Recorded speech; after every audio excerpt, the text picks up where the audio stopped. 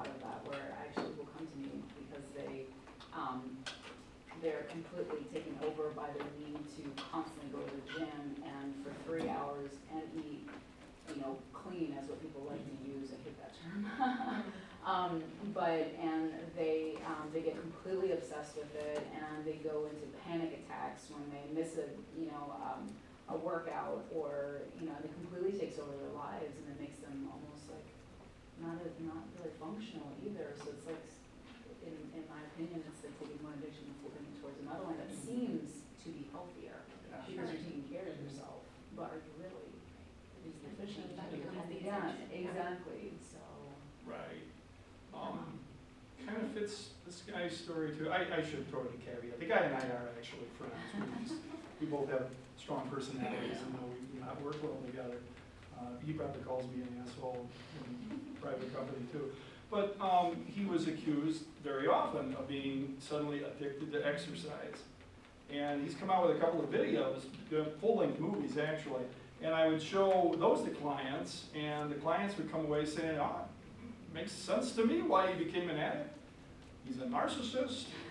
He's willing to take risks that other people aren't. Matter of fact, he gets addicted to adrenaline before he gets addicted to anything else. Of course he became an addict. I thought that was an interesting take. I was showing it to inspire you by his sobriety. Malfunctioning genes.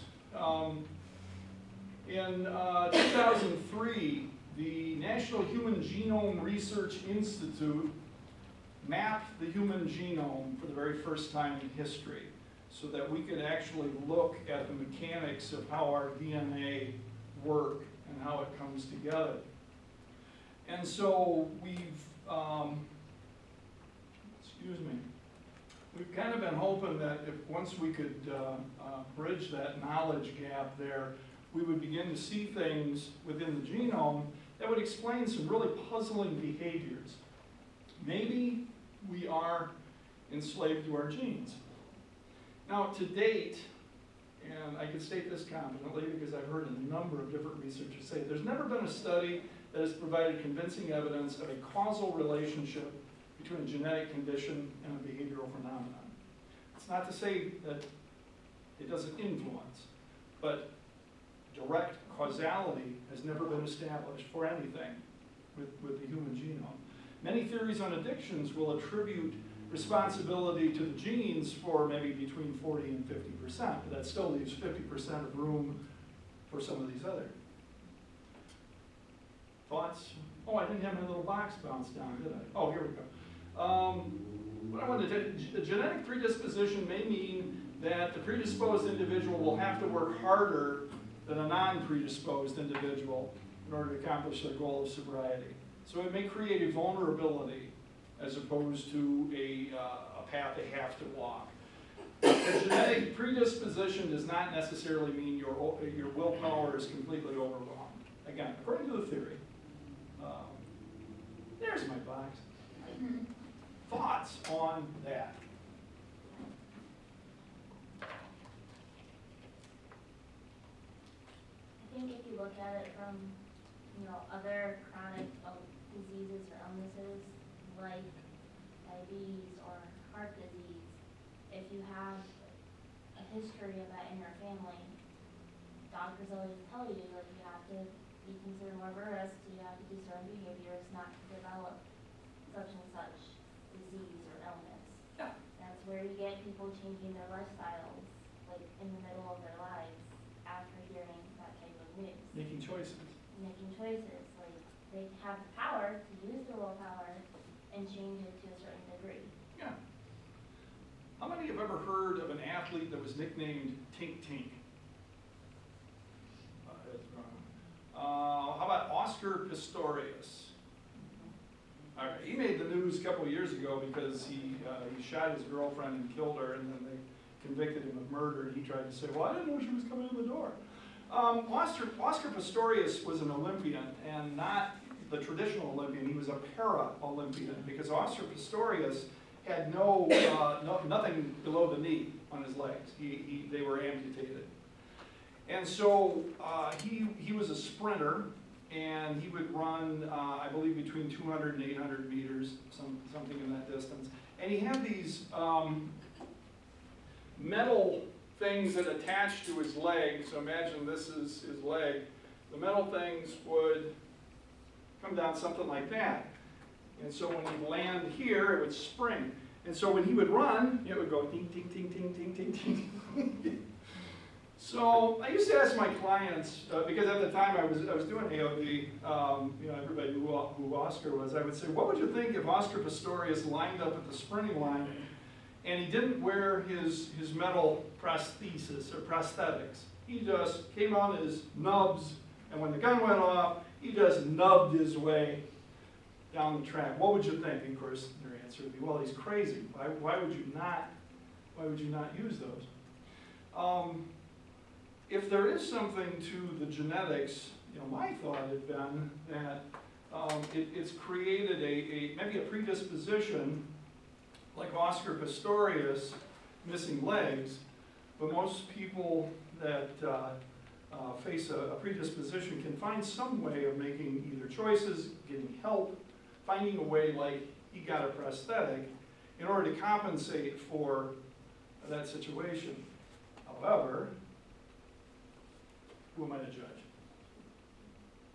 And I say, that's the way I think, but I can't impose that on somebody because I don't know to what degree their genetic malfunction it has impaired them. But that's a theory. Psychological disorder, though in our reasoning, we evaluate our situation and come up with reasoned responses of how to meet our needs. And if there is something wrong with our ability to reason and think, could be an emotional disorder, could be trauma, could be a biological disorder, it's going to impair the way we end up making decisions and the behaviors that would naturally follow. Substance use in this theory is utilized as an irrational alternative solution to whatever problems need to be solved. And the more often we repeat using that solution, the more habituated, psychologically, we become to using that solution. And it becomes even harder to quit when we've developed that bond. Recovery occurs when the client learns new patterns of thinking, solves biomedical brain conditions, and explores new solutions, alternatives, and habituations as the new alternatives. Thoughts on that theory of addictions? It makes me think about when people try to quit smoking cigarettes. Yeah. The habituation of neural mapping is like, because sometimes they quit by like holding a straw or something, because it's like you still have to do those movements, and you still have to feel like you're smoking a cigarette in order to decrease actually smoking them. Oh, okay. Yeah, because if you quit right away, you've got a whole bunch of things firing, saying, feed me! It's like those routines and everything that your body's used to, it's like still used to doing them, and that's what you're seeking then. Huh. Yeah. Makes sense. Other thoughts? Anybody finding up to this point that you're seeing some bits and pieces you like about most of these? Yeah. I won't say all, but most, okay. I think, Yeah. when I'm thinking about this psychological, I'm connecting it also with environmental in some ways. If the conditions around you aren't changing, and the reasons why people move into those alternative ways of coping, Yeah. their psychological, aspects may change, but if the environment is not changing, then that could also be problematic. And an example that I might use is people in neighborhoods that are lacking health care. If people are dealing with anxiety and those types of things, may turn to alcohol because that's readily available. You have liquor stores on the corners. You can change the psychological aspect of that to be, I understand that this is not serving me, but how else am I going to address this need? Mm-hmm. And I still have these liquor stores on every corner. You know what I'm saying? Nothing in my environment has changed. No new healthcare centers are coming in to address this deficit that's there, but we still have these conditions that are feeding this institution. Yeah. Yeah. I can't add anything to it. That is very articulate and well said. I just want to say one more thing, Yeah. just piggyback off what she said.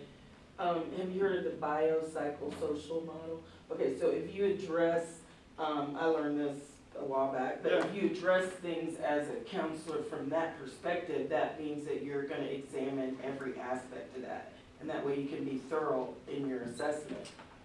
Well, I guess I'm done. You just stole all my thunder right there. Yeah, absolutely right. And that's the direction I'm gonna go. So, no, you're right.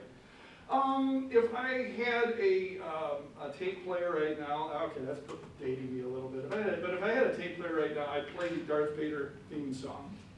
I want to talk about briefly, the most pervasive theory on why addictions occur that is out there. It's been put forth by major organizations that do research into drug use. The federal government has embraced this as essentially the only reason why people become addicted, or close to it. And this is what you're going to hear the most discussed surrounding the opioid epidemic. So the American Society of Addiction Medicine, this is an organization for MDs who return to school and get a board certification in addictions medicine, which means that they can prescribe medicines that help people overcome addictions. So they have a definition. Addiction is a primary chronic disease of brain reward, motivation, memory, and related circuitry.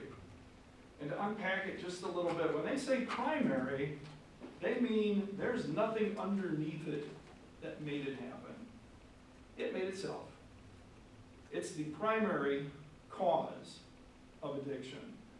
So when we say, well, they're using medication to self-medicate, it's that emotional thing underneath it.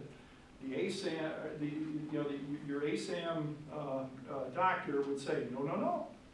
It's because there's something wrong in the brain that makes you choose your addictions, and everything else flows from there. Addiction is characterized by the inability to consistently abstain, impairment in behavioral control, craving, diminished recognition. A lot of these things, when we talk about DSM criteria, are going to come out. So this kind of parallels the DSM. But this particular model would say that either there was a predisposition within the brain, because obviously not everybody in the exact same circumstance necessarily becomes addicted, but that there's a condition about the brain that once a psychoactive drug is introduced to the neurology, it kicks in whatever it was about the brain, and the brain fundamentally changes. The medical model would say that once you're addicted, you are always addicted. The brain cannot be substantially changed, and you will have to make choices about how you live in light of those changes that have been affected on the brain for the rest of your life. Additionally, the only option for treating the brain disease of addiction is abstinence. There is no room for harm reduction in the brain disease model. Now what's funny about that is I practice up in Cuyahoga County, and people like to do a tossed salad on philosophy. So you'll have folks that believe the brain disease model only, it's only brain disease, but we can do harm reduction at the same time. We can keep putting putting stuff into our neurology and backing it off, but the brain disease model says any amount of psychoactive substance introduced into the neurology is going to always activate that brain disease.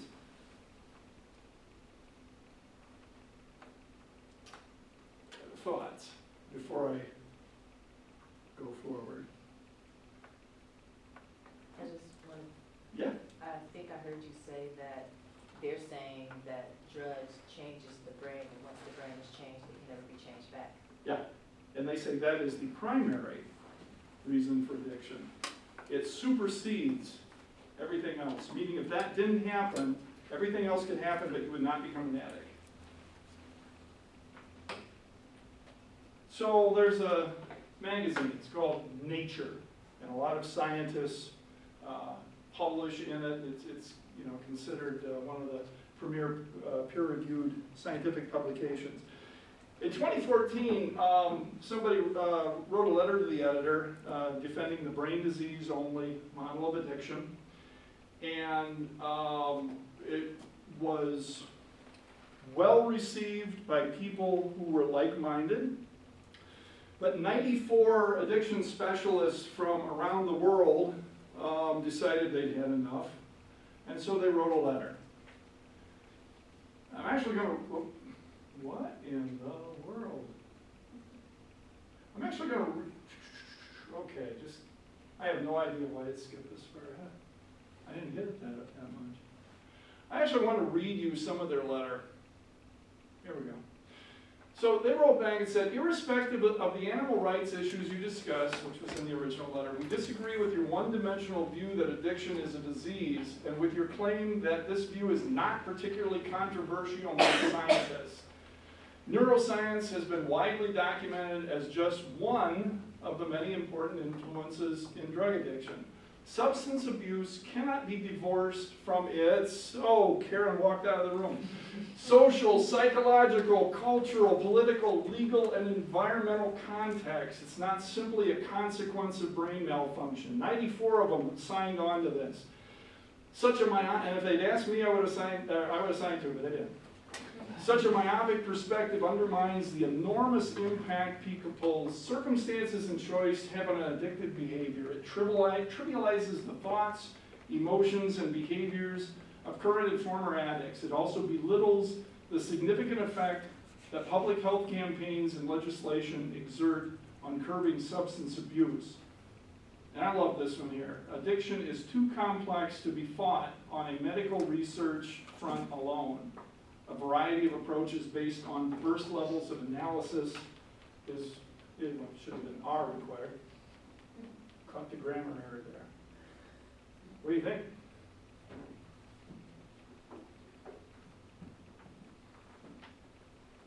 Reading all that left me tired. Sit down here.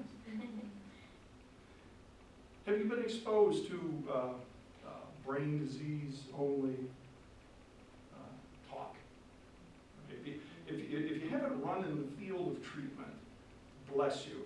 You wouldn't have. I hear it in stereo day in and day out. So remember back to one of that early slide where I said, is it a choice or not? Well, maybe it's better to say yes and. I tend to think that addiction is sort of like a graphic equalizer. Can you picture what one of those looks like? A whole bunch of slides that go up and down. And that any one of these factors, and probably a whole host of other things, are as unique to the individual where those slide bars go on what made them vulnerable to start an addiction in the first place, what they need to treat that addiction, and what they need to stay sober, and why they choose not to stay sober. Every individual has their slide bars at a different place. And I have found that in that discussion about where do addictions come from, because if you're doing couples therapy, the non-addicted, if there is a non-addicted person in the couple, they probably have an opinion about why did this person that has been intertwined with me, why did they become addicted?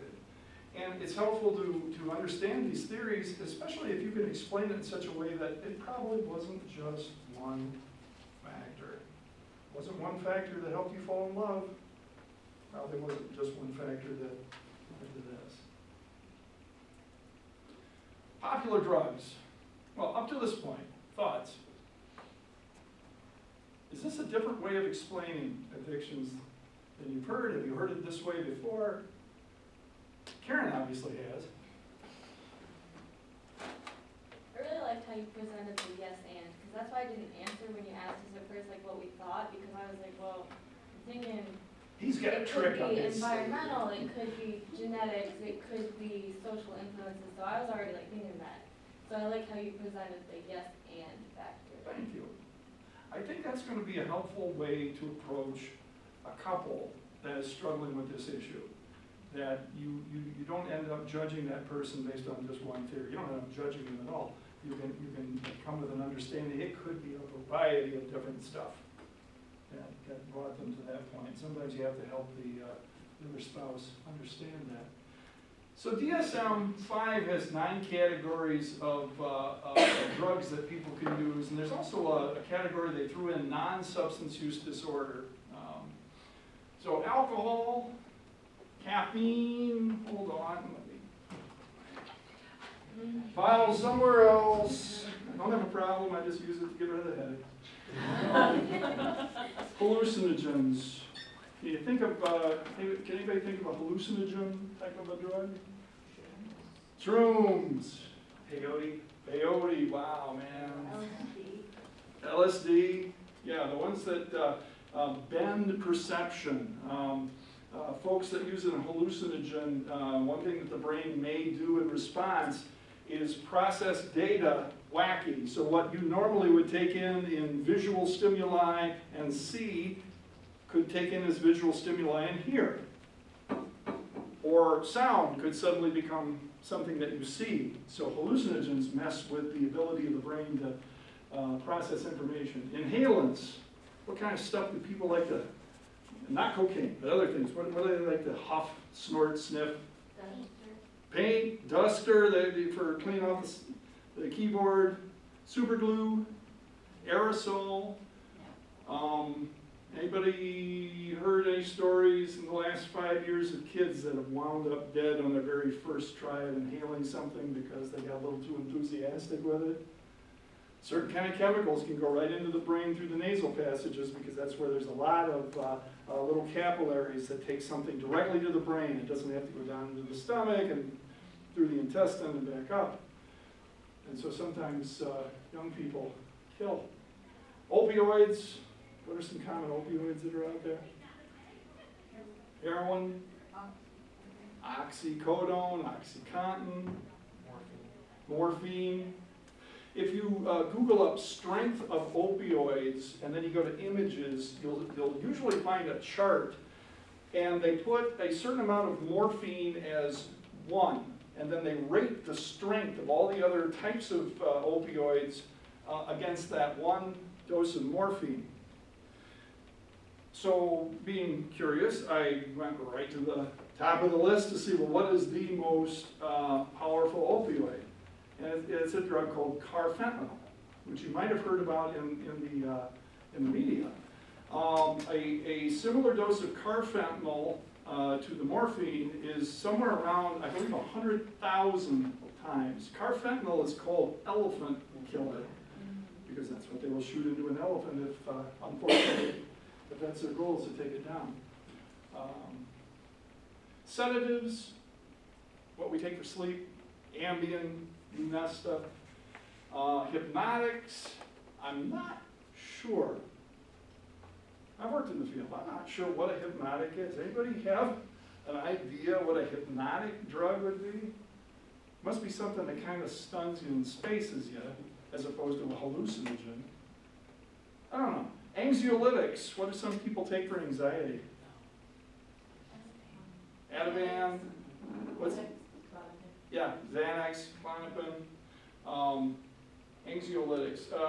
Very, very popular to crush up and snort, very popular to sell.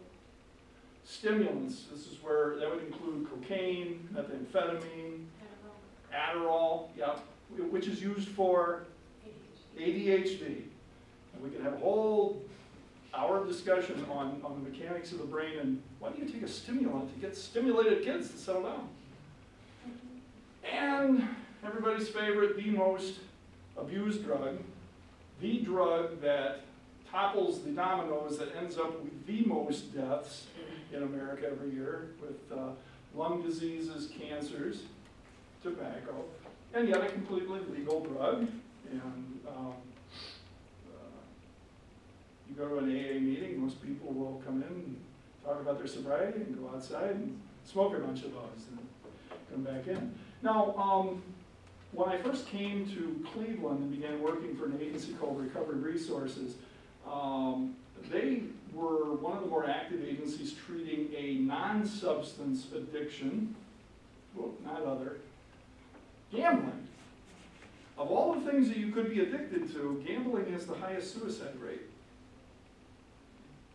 The damage that comes from a gambling addiction is unbelievable. And gambling lights up parts of the brain that cocaine lights up. And so there's a whole wealth of scientific knowledge studying gambling addiction. So I'm actually a trained gambling treatment clinician and a supervisor of gambling clinicians. I'd like to see it become more prolific. So those are the things you could be dealing with. So, I should ask, sorry, any questions about the drugs? Yeah. Why is sex addiction out of there? It probably will be by DSM-5-TR, or whatever they decide to call it, DSM-6. They're looking at a number of different behavioral addictions that a lot of people say, hey, wait, but, when 5 came out about 6 years ago. So that could very well be there by then. It needs some research. You know, sometimes when you say sex addiction, there's always some juvenile going, I'd like me some of that addiction. You know, so there probably needs to be some research well established to be able to put it in. Are they talking about internet addiction in the next DSM? I hope so. Yes. I hope so. When I was doing my practicum, I treated a guy here in the clinic for gaming addiction. You know, and again, there's an hour-long story too. Again, parts of the brain. So back to the brain disease thing. Yes, there are parts of the brain that are firing when you're playing that game. That's rewiring and somehow creating your love affair with gaming, and it's your solution to a problem. Yeah. And the pleasure pathway, I mean, Yeah. obviously that's a huge part of this, but it's just so common in gaming and gambling and all of those Yeah. non-substances. And if you've studied statistics, which in your master's program at some point you will recognize, what is that thing called? Bell curve. A bell curve. And there are some folks way out here that, for whatever reason, wake up one day and say, I'm done. Brain, psychological, sociological, all that stuff, in spite of all of that, I'm done today, I'm done, and they are done, and they go right down that pyramid. There are some folks out there that do that. I know a few, personally. I don't know if I could be one. My theory on me is that I could go anywhere any of my clients have ever gone under the right circumstances, and I take steps to stay very circumspect away from the things that they tell me took them down the path that they went down. Because I don't want to go down it. But I'm as vulnerable as anybody else. That's me. That's my theory on me. Other thoughts on this? Or can you think of something else you think ought to make the list? Special K or whatever. Yeah, right. Yeah, ketamine. Ketamine is an opioid. Ketamine is probably the oldest opioid, and they're finding more use for ketamine every day. Treatment of depression, used to be just treatment of pain, used to be just a drug that people would buy on the street.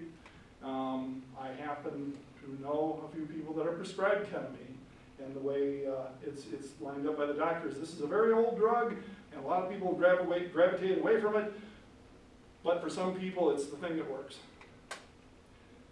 Didn't it used to be a horse tranquilizer? I wouldn't be surprised. The right dosage. Now, in Ohio, one of the ways we've tried to deal with the opioids is legislate it away. We've tried to control doctors. I'm not going to go there. I have a very strong opinion on whether doctors were the cause of the opioid addiction. But my wife is a chronic pain sufferer, and one of the fallouts of that is people with chronic pain suddenly were looked at very with a jaundiced eye, as they say. And Cleveland Clinic, in particular, totally changed their approach to pain management, going away from opioids. What was the percentage of some folks that these other holistic ways of treating don't work? The graphic equalizer. Well, some people's pain bar is up pretty high. So there was a very loud outcry from a segment of the folks with pain disorders, and say, we're not addicts. We're dependent, but we're not addicts. So don't be punishing us for the addictive behavior of other folks. That was the cry. So That's been kind of a heated topic. So conducting an assessment. Anybody have a DSM-5 in their possession? Oh, right now. Yeah, no, not back home in your library, right? On my Yeah. computer. Well, you're about to see some of it right here. But if you want to follow along in your own. So again, in your stages of becoming an expert in order to address these topics with a couple. When you're doing an assessment for drug, oh, by the way, anybody ever seen these three letters put together? Everybody know what they mean when they are put together that way?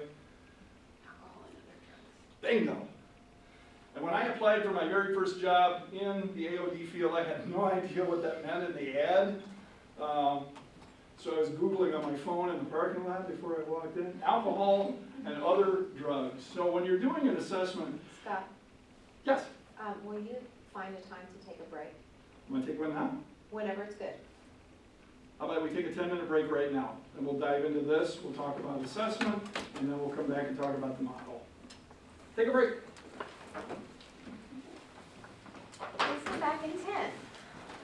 I was so excited, I could have just gone and gone and gone. You want me to pause that, Scott? Oh, please, yeah. Thank you for remembering that. And that's probably a good thing that I